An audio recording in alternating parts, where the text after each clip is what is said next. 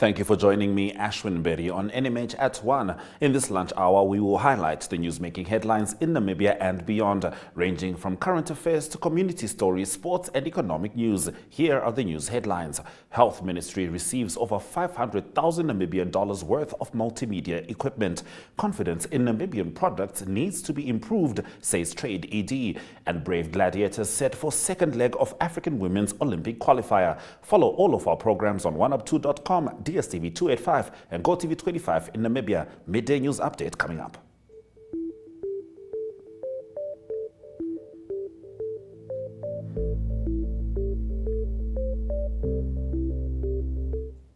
Sikongo Hambo, Executive Director in the Industrialization and Trade Ministry, says the confidence consumers have in Namibian products needs to be improved.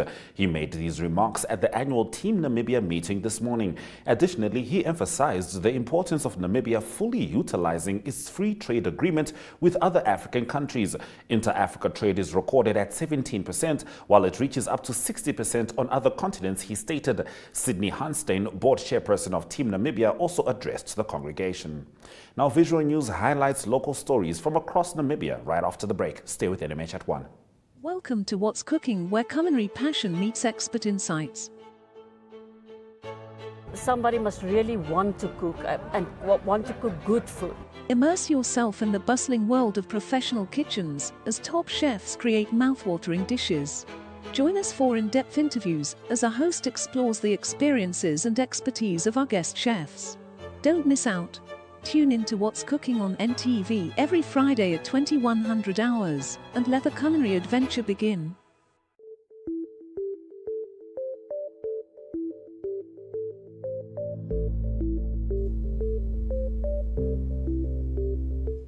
Starting with the visual news, the Ministry of Health and Social Services this morning received multimedia equipment worth over 500,000 Namibian dollars from the Center for Disease Control America. This, according to the ministry, will help it document and help keep people informed about healthcare in Namibia. Elizabeth Joseph was there.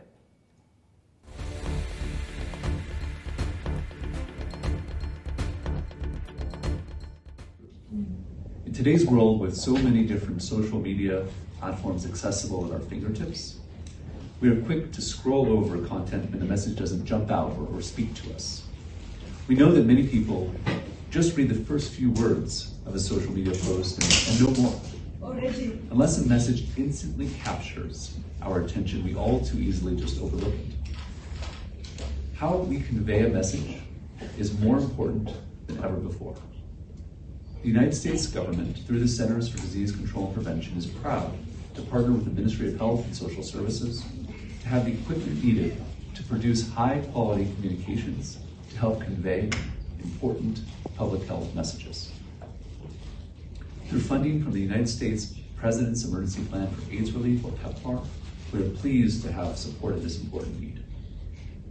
As many of you know, CDC is America's leading science-based, data-driven service organization that protects the public's health. CDC has a mission to put science into action.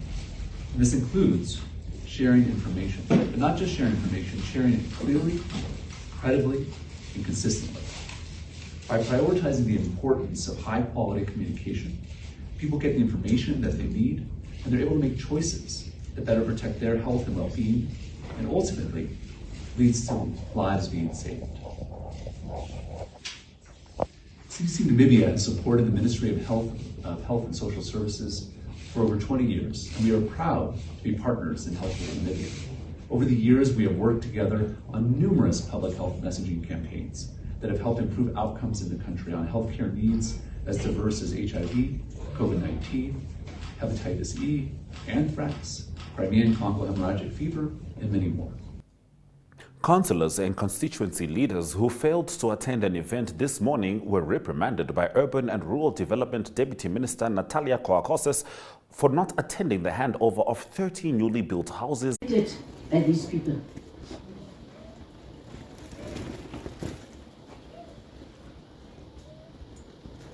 I acknowledge the presence of Mr. Mero Tanisep, who is the Deputy Director in the Ministry of Urban and Rural Development responsible for housing. Thank you, Tanise, for your presence together with my PA. Tell us over. Thank you very much, colleagues.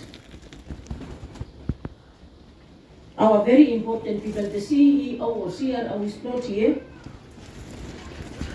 I don't know what is so important in the offices than this type of practical results. Practical, real delivery of service. Just to come and spend those 3-4 hours. He's also not here, so I don't recognize, salute those who are not present. Is there a technical person from regional council who is standing in for the CRO who is not present here? Who is there from the Commerce Regional Council who was sent by the CRO? None. Our community leaders, thank you very much. I can see you in big numbers. Thank you very much, our community leaders, for your presence this morning. Our contractors, thank you very much that you are contributing towards the development, towards the building, towards the construction of our republic. After the break, the Namibian Sun leads us into the newspaper review segment.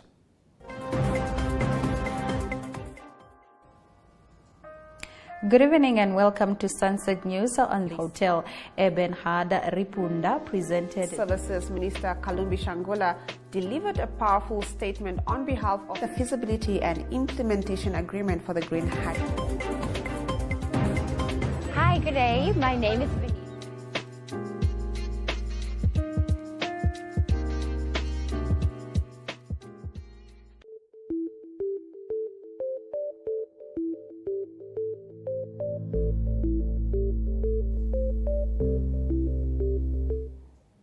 The country's outgoing electoral boss, Theo Mujoro, says the Electoral Commission of Namibia has come of age over the years, adding that it is inevitable for an election process to have hiccups.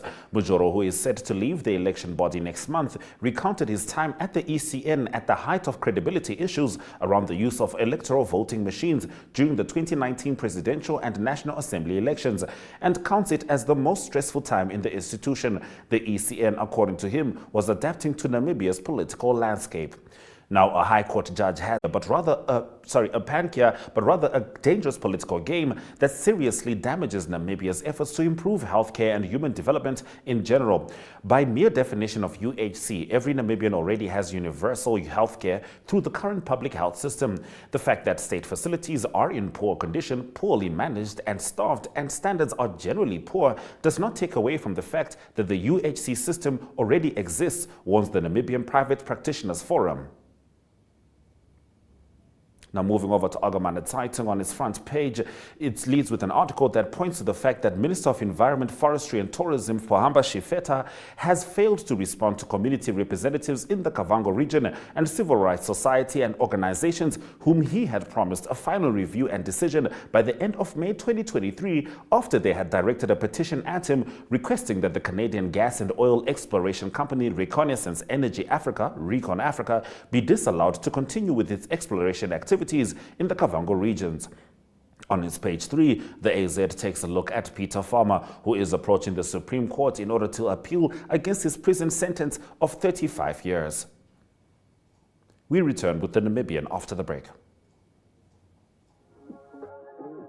We are so excited to be kickstarting your morning with entertainment. Everything was happening during this past weekend. Yes. Exciting news. Wow, no, she was killing it already. In my opinion, I don't see anything wrong with him serving the full term.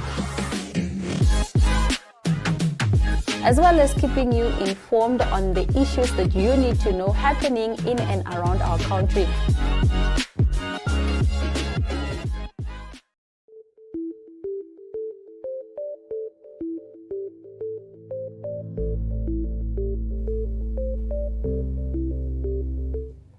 Namibia's first hydrogen project in the Erongo region could be challenged in identifying a water source, a key component of turning water into energy. The project is considering using water from the Ugab River, a major source of water for wildlife in the Namib Desert. The project is also looking at sourcing water from the Atlantic Ocean, situated about 140 kilometers from the site, reports the Namibian. On the paper's page 3, the city of Windhoek has lost a case in which it was trying to get former Windhoek City Police Chief Abraham Kanime to pay back about 6.8 million Namibian dollars that he received from the city during the last 3 years that he served as its police chief. In a judgment delivered in the Windhoek High Court yesterday, Judge Halili Prinsloo reviewed and set aside a Windhoek City Council decision taken in February while Kanime was still at the head of the city police to start a recruitment process aimed at appointing a new city police chief. Now, according to New Era, parliamentarian Henny Sabeb has accused ministers of turning parastatals into cash cows to foot their globe-trotting desires through subsistence and travel allowance. He particularly singled out current and former tourism ministers for requesting S&T from the Environmental Investment Fund. This follows revelations that Higher Education Minister Itakanji Murangi has been claiming S&T from parastatals resorting under her ministry, which has since caused a public stir. Even Finance Minister Ipumbushimi was quoted by local media as saying there is no directive in terms of Public Enterprises Governance Act for entities to pay for ministers' travel-related allowances. Now on to page 3, the stage is set for installation of Jose Rirauco as the 7th of a Herero Paramount Chief this weekend, although academic Mushinde Kajihua has already been installed in the same position. Now the inauguration of Rirauco as Ombara Oshitambi of the heavily divided OTA is set for tomorrow and will precede the annual Red Flag Day commemoration, which is set to take place on Sunday at the same venue. It is now certain that the Ovaherero Traditional Authority will have 2 rival paramount chiefs, Kashiwa and Rirauco. Now, Namibia's real economy has not yet felt the full impact of the cumulative interest rate hikes of 225 basis points since last September. This is according to the latest economic review by Simone Storm. South Africa has a monetary policy lag of 6 to 9 months, and the same can be assumed for Namibia, SS said. SS also believes that the sentiment amongst most local members of the Bank of Namibia's Monetary Policy Committee has changed from being fairly conservative to now being more in favor of a move in lock to step with the South African Reserve Bank. Now, Agriculture Minister Karl Schlatwijn says Namibia should compel mining companies to do more beneficiation to ensure minerals exported earn more revenue. More on this in Economic News. Neopaints has established a 67-year Namibian legacy, creating personalized paint solutions that blend quality and innovation for the Namibian people. We pride ourselves in being a 100% Namibian-owned company, investing in our country and our people by employing and empowering true Namibians. With every brushstroke, Neopaints commits to our quality guarantee and always delivering a coat of excellence. At Neopaints, we always stay true to our country. We are as Namibian as you.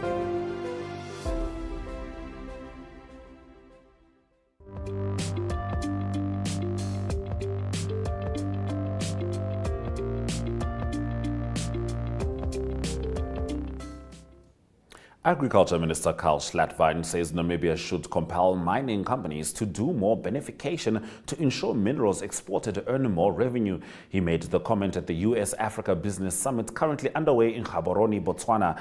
I think we should move away from the concept that miners are not good value adders. In fact, we must force them to become value adders, Schlatwijn said. The suggestion was, however, shot down by First Rand Namibia CEO Conrad Dempsey, who said Namibia did not lend itself to beneficiation in certain industries.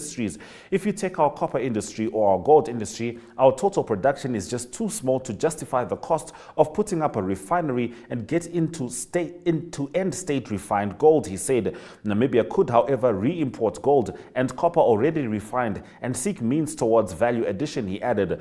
The Chamber of Mines of Namibia has in the past supported governmental moves to ask for local value addition in the mining sector. Let's head into the economic indicators.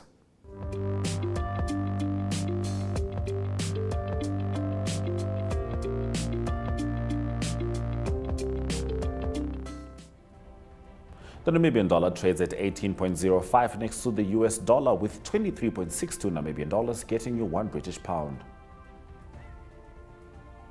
Most selected NSX stock closing prices maintained their value, with Namibia Breweries Limited on 36.80 points.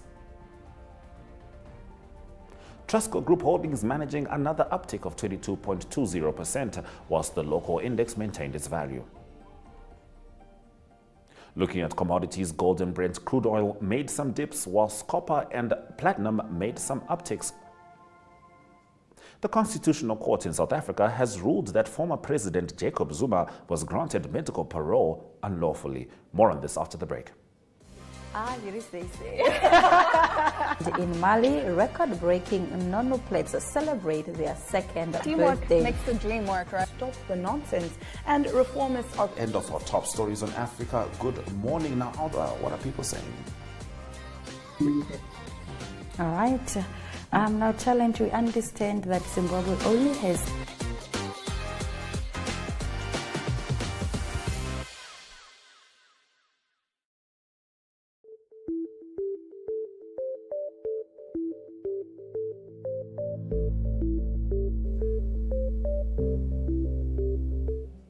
The Constitutional Court in South Africa has ruled that former President Jacob Zuma was granted medical parole unlawfully. Zuma had been given parole by the former head of the prison service, Arthur Fraser, who is regarded as an ally of the former president. He was released in September 2021 after serving less than 8 weeks of a 15-month jail sentence. Zuma had been convicted of contempt after refusing to cooperate with anti-corruption inquiry during his term in office. He has recently been spotted at a climate conference in Zimbabwe. The prisons department says it is studying the Constitutional Court's judgment and will comment after seeking legal advice. This week marks the second anniversary of the deadly riots sparked by Zuma's arrest. More than 350 people were killed in the violence. Opposition MPs in Sierra Leone have boycotted their parliamentary swearing-in ceremony following elections last month. The All People's Congress won 54 out of 149 seats, according to results announced by the Electoral Commission, which the opposition disputes. The APC has demanded the resignation of the Election Commission chief and a rerun of the vote within 6 months. U.S. Ambassador to Sierra Leone, David Reimer, had urged against the boycott, saying a vibrant democracy needs a strong opposition. Those who voted for the opposition need to have their voices heard. We'll be swinging over into international news shortly. Welcome to My.NA Cars, your ultimate destination for everything automotive. I am your host, Diana Master. Teamwork makes the dream work, right? Discover the latest models, innovative technologies, and expert insights from our passionate hosts. Learn essential maintenance tips and get exclusive behind-the-scenes access to the automotive industry. Don't miss My.NA Cars on NTV every Thursday at 2100 hours. Tune in and ignite your passion for automobiles.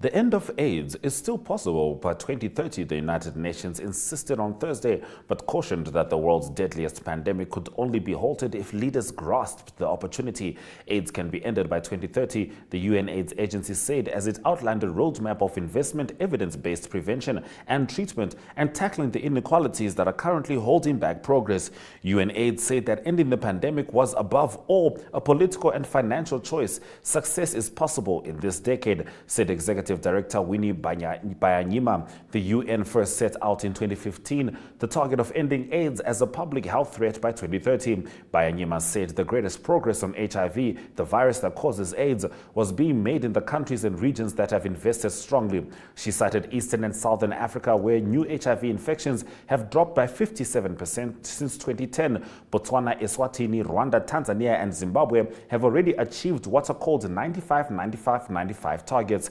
This means that 95% of those living with HIV know their status, 95% of those who know have HIV are on life-saving antiretroviral treatment, and 95% of people on treatment achieve viral suppression. At least 16 other countries are close to achieving the target. Stay with us as we talk brave gladiators in local sport after the break.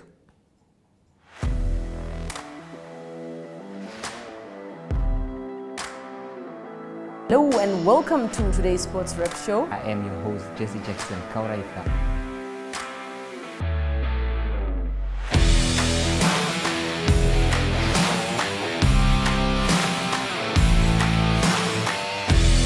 In replay, Namibia, who had won the toss for the first time on this tour. Good day everyone, time for international sports news, starting off with tennis news, both on the WTA for women's and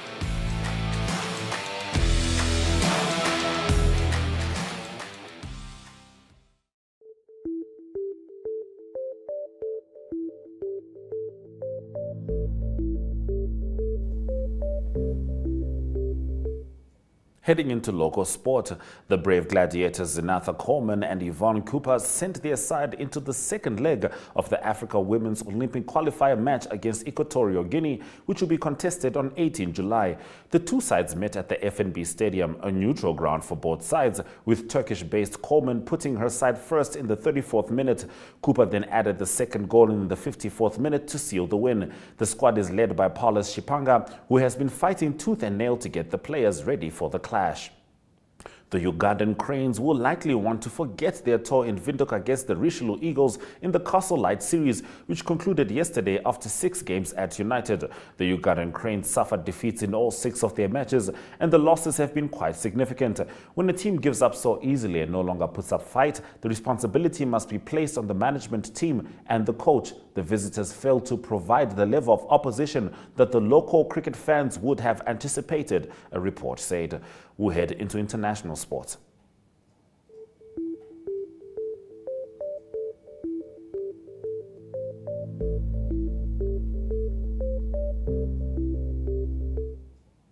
The kickoff of the new Age Team African Football League has been confirmed for October 20 by FIFA President Gianni Infantino, who made the announcement at the Confederation of African Football's General Assembly in Abidjan on Thursday.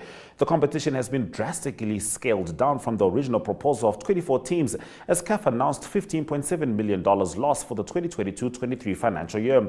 It will have 8 great teams, which will be followed in the future with a bigger version, Infantino told the delegates. We have to invest in African club football as well as national team football.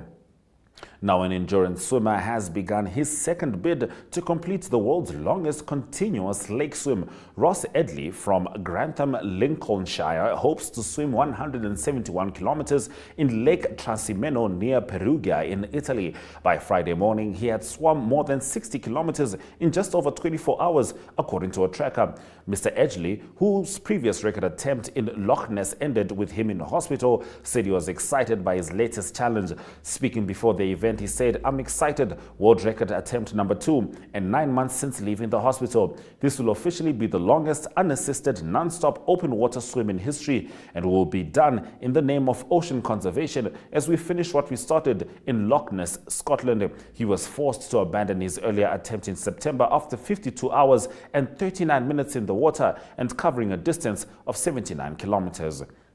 Now, Aryna Sabalenka is almost in a league of her own when it comes to the physical side of tennis, but the world number 2 said she needed to toughen up mentally after she lost her Wimbledon semi-final to Ons Jabeur on Thursday. The imposing Belarusian looked on course to reach another Grand Slam final when she took the first set and led 4-2 in the second against her opponent, but the momentum quickly swung Jabeur's way and Sabalenka was left floundering. If you're just joining us, this is NMH at 1, and we'll get into the highlights from today's broadcast right after this. But first, the weekend gig guide takes us through what to expect on the social scene.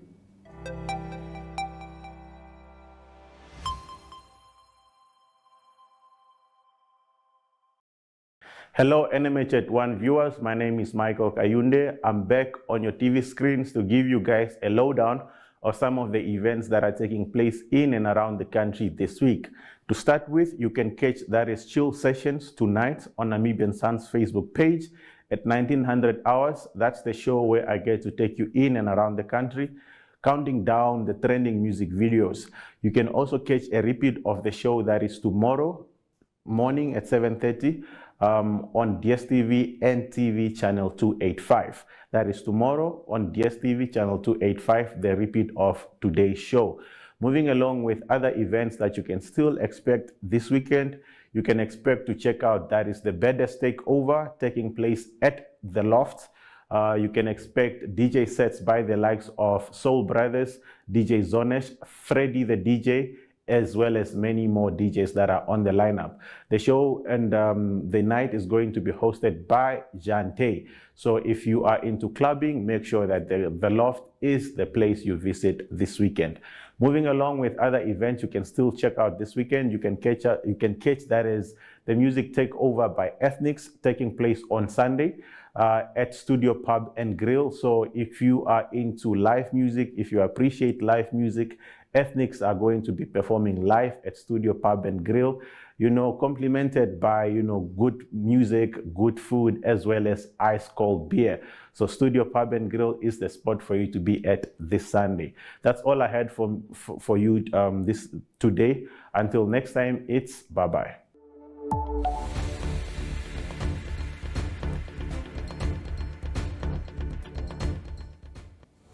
You are watching NMH at 1, and if you have just joined us, here are the news highlights from today's broadcast.